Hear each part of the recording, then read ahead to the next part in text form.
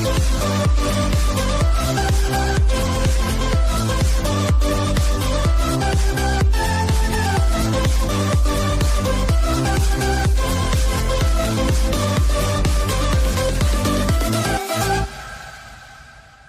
what's up sa inyo mga bro, this is Bro Motovlog PH.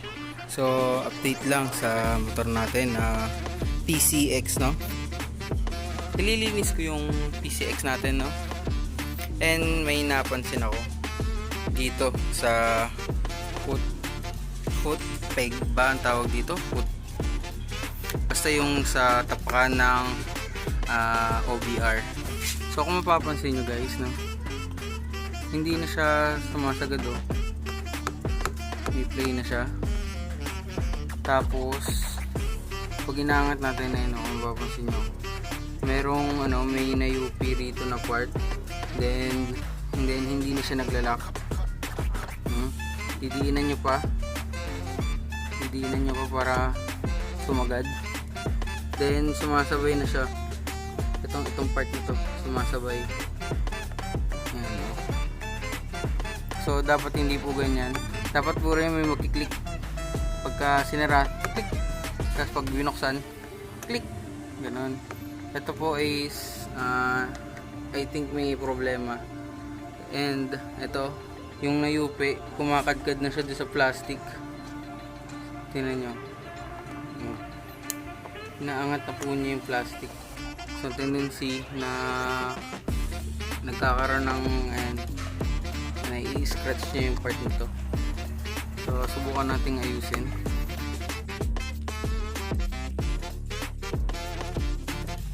Sa ngayon hindi ko pa alam kung paano binabaklas to eh. Pero subukan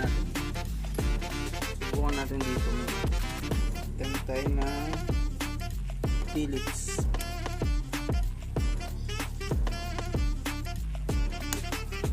Skip. Kailangan sa pagbubukas ito siguraduhin nyo hindi dudulas yung, kasi once na dumulas tong ito, dumulas yung bawa, kumabyos, ay lugi, bilog na.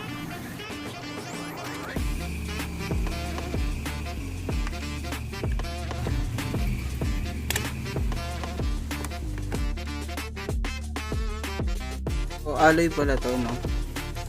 Ayun, no? Alloy siya.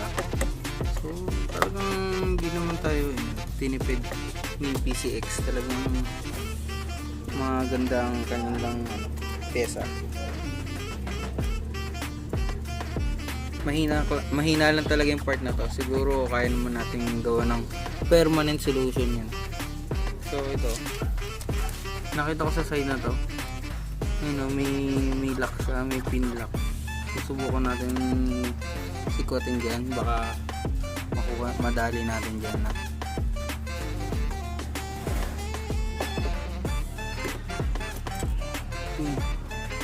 So sinikot ko lang, tanggal na siya, nakaganyan lang siya.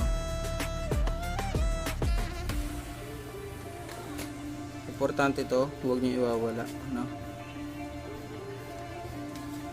Tapos tulak natin itong niya, washer.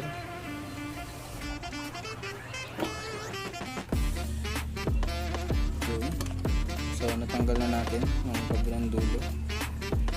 So dahan-dahan sa pagtanggal nito kasi alam ko itong bulitas na to, itong nakikita niyo na to, na uugot yan, na tumatalsik. Para di mawala, kailangan natin ingatan yung pagbaklas. Yan. So kung makikita nyo, hawak-hawak ko lang siya. Then dahan-dahan nung luwagan. Ayun, ganito siya, bulitas, diba? So itabi natin. Tapos kasi yung itsura niya, may spring sa loob. Ayan, may spring galing yan dito. Ayan, ganyan, tinanggal ko lang. So ito yung nasirang part. Ayan, so makikita nyo. So sira na. Siguro kailangan natin unatin to para di na masira ulit. Tigas siya, hindi siya kaya ng kamay. Gamit tayo ng plies. Ingat natin ulit. Tapos pagano. Yan.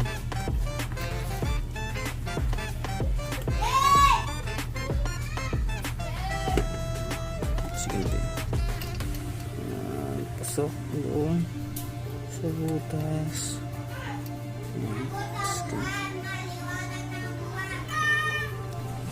Siguro lagyan muna natin ng lubricant. Itong part na may kalawang, babalik ta rin ko. Ito wala. Yun ang ilalagay ko sa harap. Then itong bola, kung kailangan lang ng lubrication ito, yan, lubricant natin. Lalagyan natin ng at least grasa.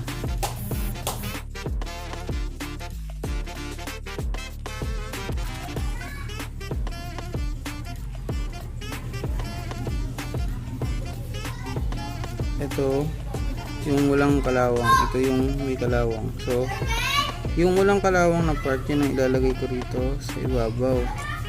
Ito walang kalawang. Yan.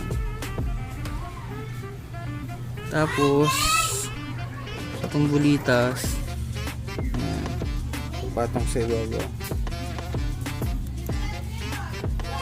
Dapat mapahiran nyo rin ng grasa. Yan, may grasa na yan.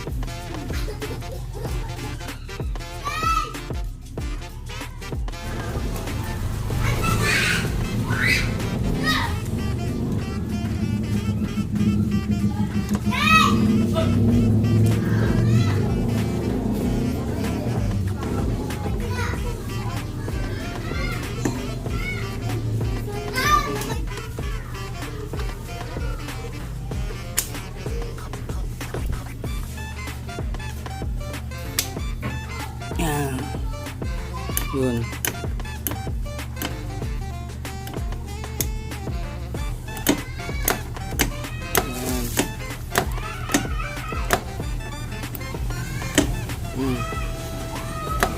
Nagsasara, nagbubukas.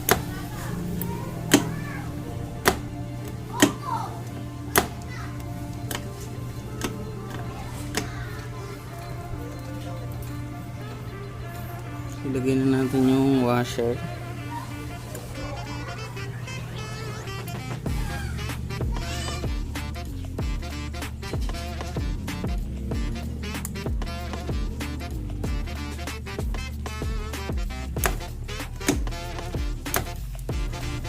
Tapos kabit na natin ang mga parts.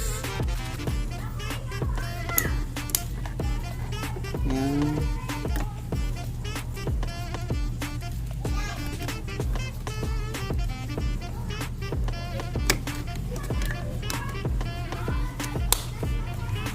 Yan. So, kita nyo naman, no? Yan. Hindi na gumagalaw to. Yan. Hindi na sumasabay. Ito bukas at pagsara. Sa nakita nyo, nag-automatic na siya. Yan. Kasi nag-automatic na nabubukas. Yan. Oh. Kanina, na-stack up na yun dito. Tapos pipindutin mo pa para bumaba. Ito, hindi na. Hindi na.